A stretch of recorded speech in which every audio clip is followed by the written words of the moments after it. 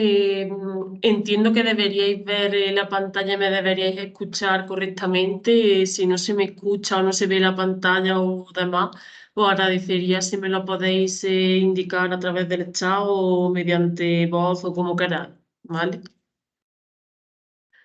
Vamos a empezar entonces. Si os parece, vamos a ver todo el contenido de este webinar y una vez terminado de ver toda la base legal y toda la teoría que vamos a exponer aquí, pues os dejo un turno de preguntas para que me podáis preguntar lo que estiméis oportuno. Este webinar es sobre protocolos y planes de diversidad e inclusión LGTBI y dentro del mismo pues vamos a ver distintos aspectos. Lo primero es cómo se definen esos planes o esos protocolos LGTBI. Hablaremos del marco legal, en qué ley se regulan, cuándo son obligatorios o para qué empresas son obligatorios, qué debemos incluir dentro de un plan LGTBI, la conexión que tiene con los planes de igualdad, si es lo mismo, si se negocia a la vez, si son cosas independientes, todo eso lo vamos a tratar y a qué sanciones se puede enfrentar una empresa pues, en caso de incumplimiento de lo que establece la normativa al respecto. ¿Qué es un protocolo o un plan LGTBI? Empezando por la definición, pues no es más que un conjunto ordenado de medidas que tiende a evitar cualquier discriminación y aboga por la defensa de los derechos de cualquier trabajador o trabajadora que pertenezca al colectivo LGTBI. La legislación que nos aplica aquí es la nueva Ley 4/2023 de 28 de febrero para la igualdad real y efectiva de las personas trans y para la garantía de los derechos LGTBI. Aparte de esa ley específica que tenemos sobre la mesa, pues por supuesto afecta también toda la normativa de igualdad previa, que como bien sabéis es la Ley 3/2018 de igualdad y los reales decretos que se desarrollaron posteriormente, como fue el 901/2020 de planes de igualdad y su registro y el 902/2020 de igualdad retributiva. ¿Para quién es obligatorio un protocolo LGTBI? Si nos vamos al artículo 15 de esta ley 4/2023, nos dice que tendrán que hacer un protocolo, un plan LGTBI las empresas más de 50 empleados, ¿vale? Empleados y empleadas. Es importante tener en cuenta que esta obligación se hace efectiva a partir del 2 de marzo de 2024. Quiere decir que cualquier inspección nos puede pedir el protocolo de inclusión LGTBI a partir del 2 de marzo de 2024, fecha en la cual las empresas deberían de tenerlo implantado. Este artículo también nos insiste mucho en lo que ya hemos comentado, que es un conjunto planificado de medidas y también nos deja muy claro que aparte de esas medidas de inclusión tenemos que incluir un protocolo de actuación para casos de acoso o violencia contra personas que pertenezcan pues, a este colectivo. También nos viene a decir que es muy importante que esas medidas sean pactadas a través de negociación colectiva con la representación legal de los trabajadores. Ello quiere decir pues, que el protocolo LGTBI no puede ser un documento unilateral de la empresa, sino que como pasa con los planes de igualdad, se tiene que negociar bien con la representación legal de la plantilla, si se tiene, o bien con los sindicatos más representativos del sector cuando se les convoca. Lo normal es que sea la propia Comisión de Igualdad, cuando se negocia un plan de igualdad, la que negocie las medidas y el contenido de este protocolo LGTBI. Ahora, de todas formas, vamos a entrar en ello en más profundidad. Vale, yo vengo hablando desde que hemos empezado con este webinar de que el protocolo LGTBI es un conjunto ordenado de medidas, ¿vale? Pero ¿qué medidas? La verdad es que el tema de las medidas o cómo implantar esas medidas que aboguen por los derechos de los trabajadores LGTBI e impidan la discriminación está un poco indeterminado hoy día, ¿no? Porque la misma ley que estamos comentando, la 4/2023, nos dice que reglamentariamente se desarrollará el contenido de esas medidas o una guía para abordar el contenido de esas medidas. A día de hoy, hasta donde yo sé, no existe todavía desarrollo reglamentario. Entiendo que en algún momento contaremos con él, pero actualmente no existe. Entonces, pues nos deja un poco subjetivo el tema y nos dice que en función a un diagnóstico previo que nosotros podamos realizar, pues determinemos qué medidas recomendamos para esa empresa o cuál es el contenido básico de esas medidas. El tema del diagnóstico previo, ¿cómo realizo yo un diagnóstico previo para saber qué medidas implanto en materia LGTBI?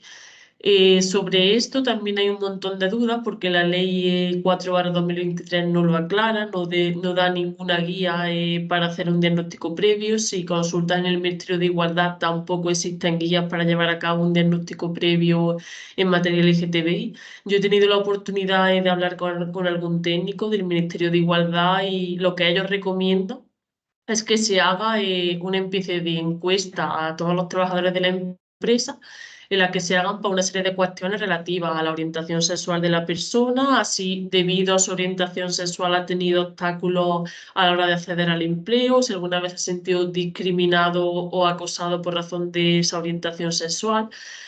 A día de hoy es lo único que tenemos. Desde mi punto de vista, con esto hay que tener mucho cuidado porque evidentemente el tema de la orientación sexual es un dato especialmente protegido por la Ley de Protección de Datos y salvo que sea estrictamente necesario es un dato que no se debe tener porque así lo indica el artículo 9 del Reglamento Europeo de Protección de Datos.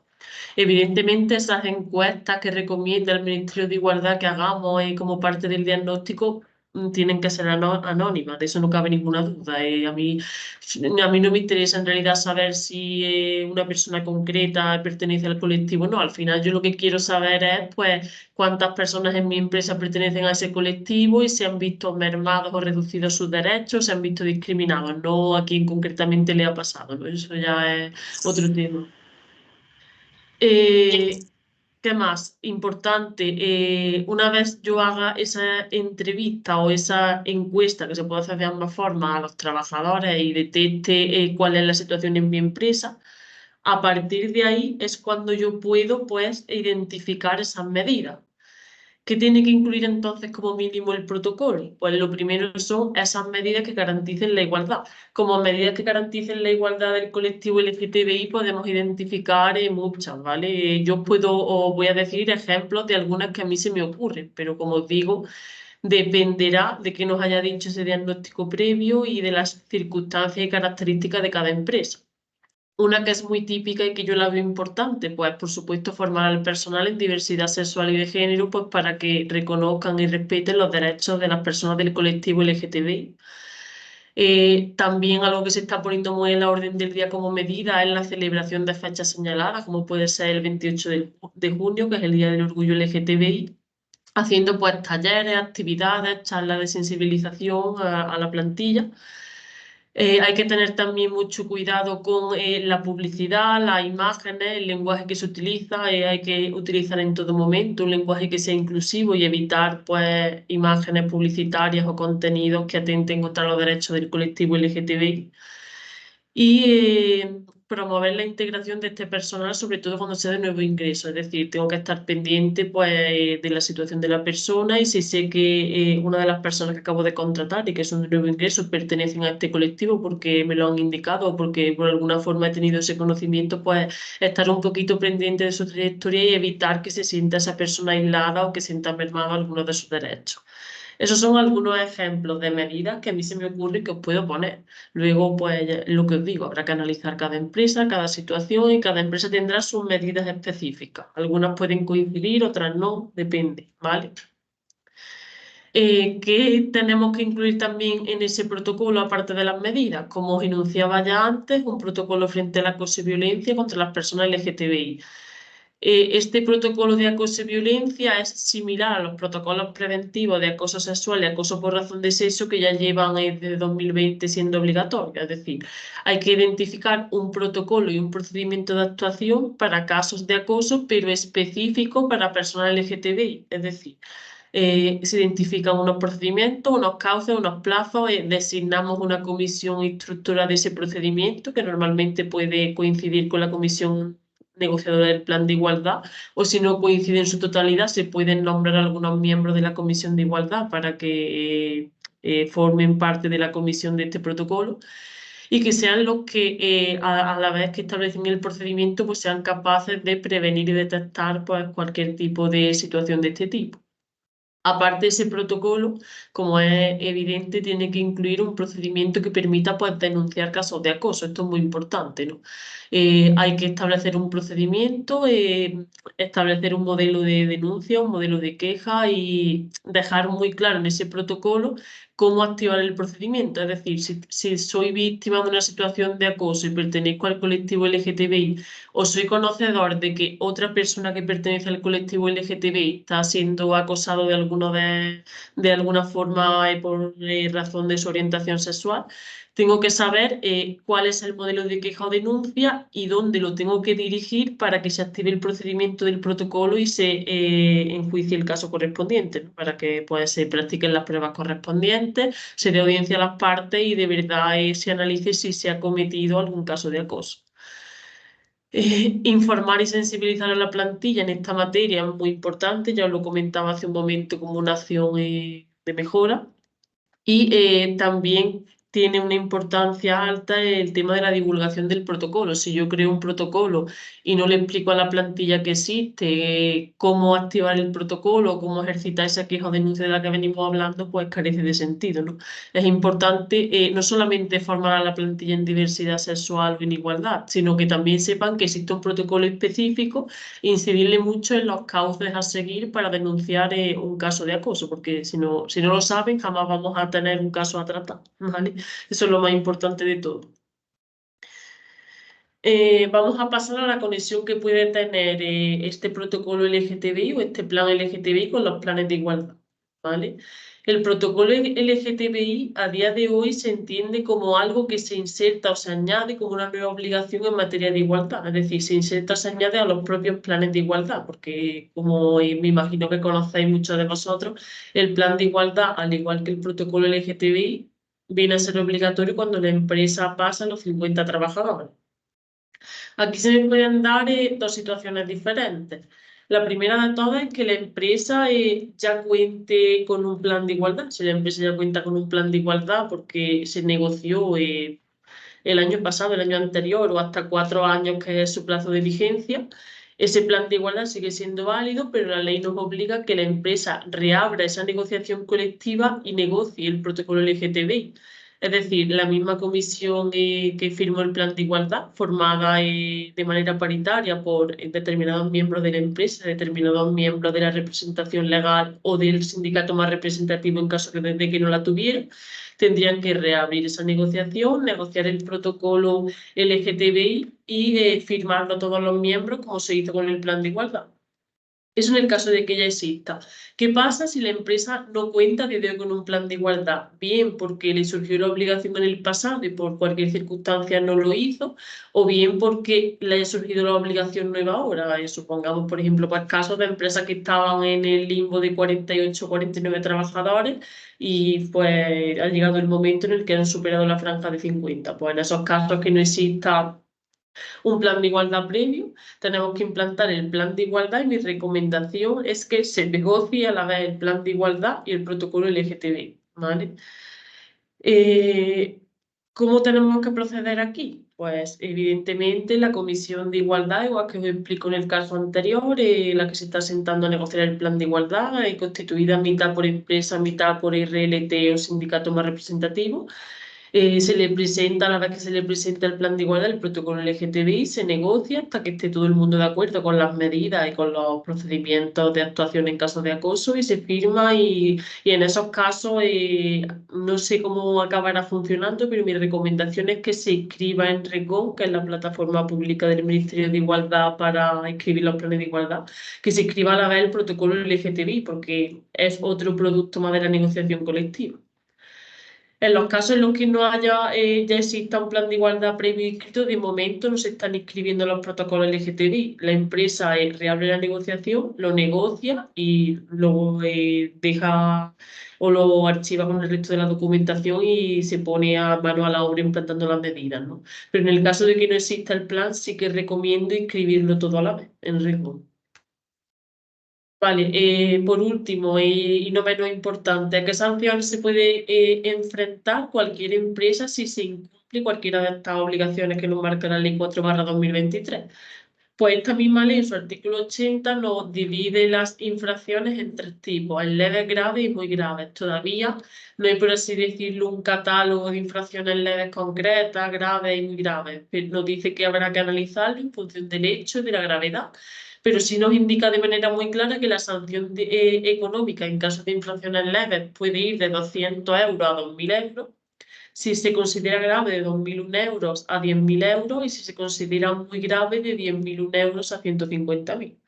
Luego, aparte de estas sanciones dinerarias que acabamos de comentar, se enuncian muchas otras, también a valorar en función pues, de la gravedad del hecho, como puede ser la cancelación o suspensión de cualquier subvención que se le hubiera otorgado a la empresa, prohibición de acceder a otro tipo de ayuda o subvención pública, la prohibición de contratar con la administración pública, entre otras, ¿no? Yo he destacado pues, los casos más significativos. Y este sería un poquito pues, un recorrido por lo que actualmente nos marca la ley. Estamos pendientes de eso, de que haya más desarrollo reglamentario y de que pues, se marquen un poquito las bases o los estándares a seguir, pues por lo menos en materia de medidas o de realización de estos protocolos, porque a día de hoy es un tema que, a ver, tenemos la Ley 4/2023, pero en algunos de los aspectos no es tan determinado como nos gustaría que lo fuera. A día de hoy es lo que tenemos. Si os parece, ya que hemos visto un poquito un recorrido por esta temática, voy a dejar de compartir pantalla y lo que vamos a hacer es que vamos a abrir un turno de preguntas para que me podáis preguntar lo que estiméis conveniente respecto a este tema.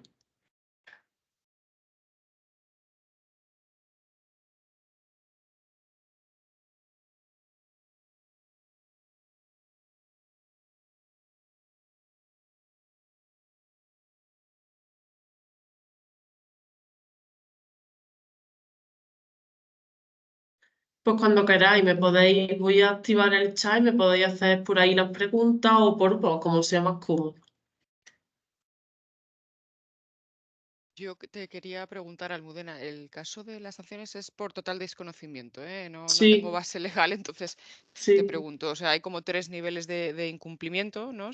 sí, Pero si incumples, incumples, o sea, no acabo de entender cuál es la diferencia de gravedad. Es decir, si no sí. tienes hecha ese protocolo, esas medidas, estás incumpliendo. Entonces, ¿en función de qué va esa gravedad? Que no acabo de entenderlo. A ver, yo entiendo que cuando se desarrolle reglamentariamente esta temática, se establecerá un catálogo concreto de medidas. Dirá, pues son infracciones graves, estas cosas, muy graves, tales. Yo creo que se especificará bastante más claro, como suele pasar con la normativa. A día de hoy nos dice que en función de la gravedad no está claro en la ley. Ah, ujú, Para mí, por supuesto, no tener un protocolo LGTBI si supera 50 empleados es muy grave. Luego, si por ejemplo lo tienes, pero no le das trámite a una situación de acoso o no lo haces como la ley marca, pues será grave. Y ujú, leve pues, puede ser algún caso, yo qué sé, imaginaros, que es algo que se me ocurra. Una persona pues, que denuncie por el canal que no se ha respetado sus derechos LGTBI en el momento del acceso al empleo y se le haya dado trámite a la denuncia, pero la solución a la que se haya llegado no haya sido la esperada por la persona y se vaya y denuncie, ¿no? Pues eso puede ser una infracción leve si se demuestra que no se le dio el cauce debido, pero todo esto son ejemplos que a día de hoy no existe en la ley. Un decálogo, por así decirlo, un catálogo de infracciones y de sanciones. Debería existir y cuando se desarrolle reglamentariamente entiendo que lo tendremos. A día de hoy no lo ya. tenemos, ¿vale? Vale. Y Almudena, ¿qué Sí, número de medidas sería recomendable? No sé si tienes experiencia con alguna empresa que haya ya desarrollado este protocolo y un poco sí. ver el número aproximado de medidas que suelen establecerse. A ver, yo tengo algunas empresas que le estamos implantando ya este protocolo. Lo que pasa es que todavía, como es tan reciente, pues no se ha llegado a terminar la negociación. Estamos en proceso de implantación.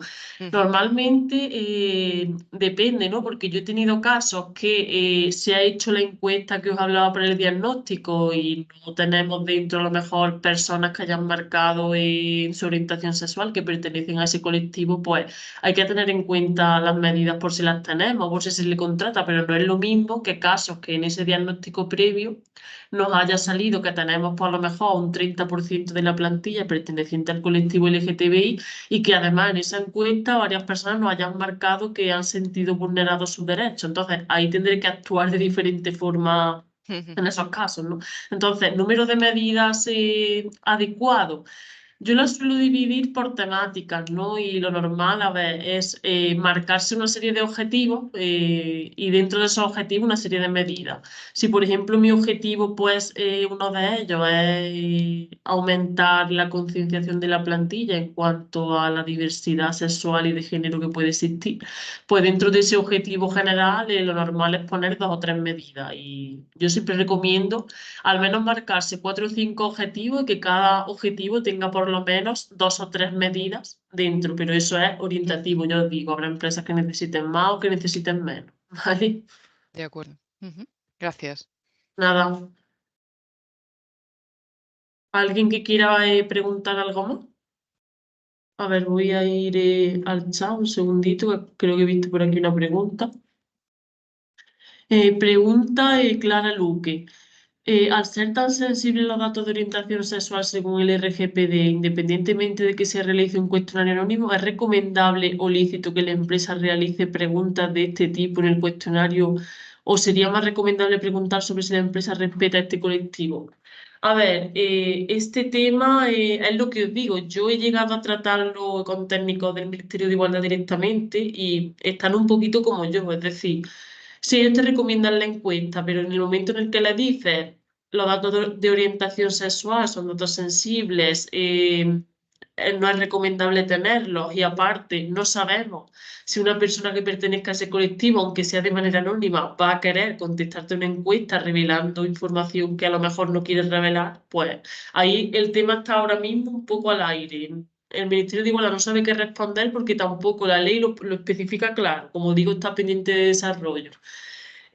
Sobre si es más recomendable preguntar si la empresa respeta este colectivo, es que al final lo que se quiere con ese diagnóstico es que te dé datos que te permita establecer las medidas. Si las preguntas que yo hago son demasiado genéricas como esa, si la empresa respeta este colectivo, que esa pregunta se puede hacer, no hay ningún problema, las encuestas no son cerradas, de hecho es que no existen ni modelos de encuestas, cada consultora las estamos haciendo como estimamos más oportuno.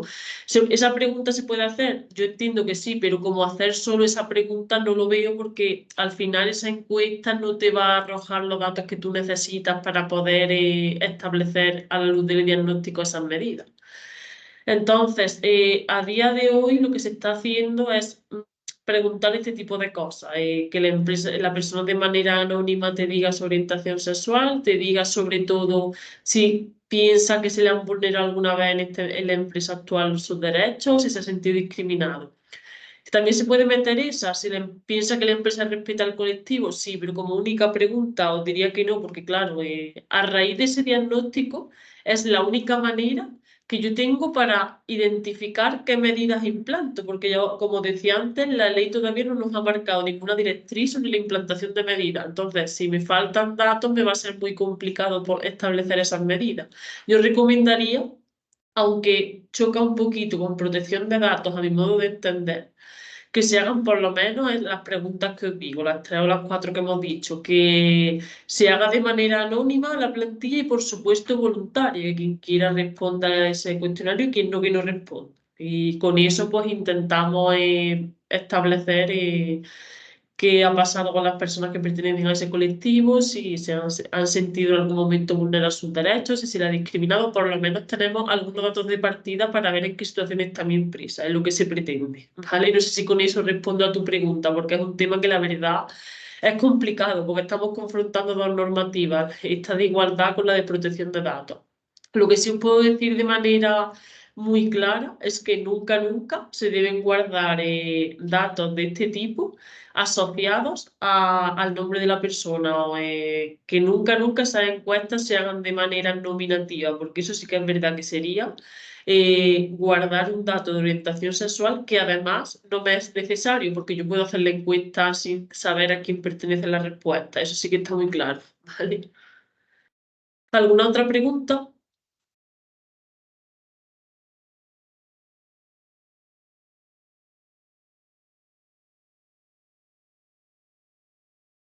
A ver, preguntan por aquí, Noemi, respecto a la recomendación de la formación para los trabajadores, ¿debería ser a toda la plantilla? A ver, como tal, ahora mismo en la ley no marca un artículo concreto, como pasa, por ejemplo, con la ley de violencia sexual, que sí lo hace, que nos diga, existe una obligación de que la empresa forme a todo el personal a su servicio, como nos dice el artículo 12, creo que era de la ley de prevención de la violencia sexual. En este caso, no hay de momento, mientras no se desarrolle reglamentariamente, no hay un artículo más específico. Ahora sí que nos deja entrever en la ley que es recomendable pues que como medida a seguir en caso de implantar este protocolo se forme a los trabajadores. ¿Se debe formar a todos o no? No hace falta que sea a todos a la vez, pero yo sí que veo recomendable que se dé alguna formación a todos los trabajadores, si no es a la vez, a lo largo del tiempo, porque al final si lo que pretendo es que mi empresa mejore en materia de diversidad sexual y de género y respete los derechos de este colectivo, puedo empezar por ahí, ¿no? Informar a la plantilla y en hacerlo poco a poco. No tiene que ser todo a la vez, pero mi recomendación es que sí. Espero que cuando se desarrolle esto reglamentariamente nos dejen más claro el tema de la obligatoriedad de esa formación. Yo creo que se llegará a ser obligatorio, como pasa con la formación en materia de igualdad cuando se hacen los planes de igualdad. ¿Alguna otra pregunta?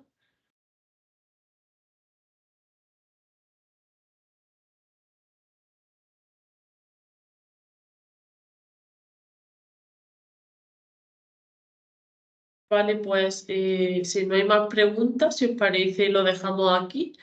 Se os mandará a todos la presentación que hemos utilizado para explicar este tema y la grabación que se está generando ahora mismo.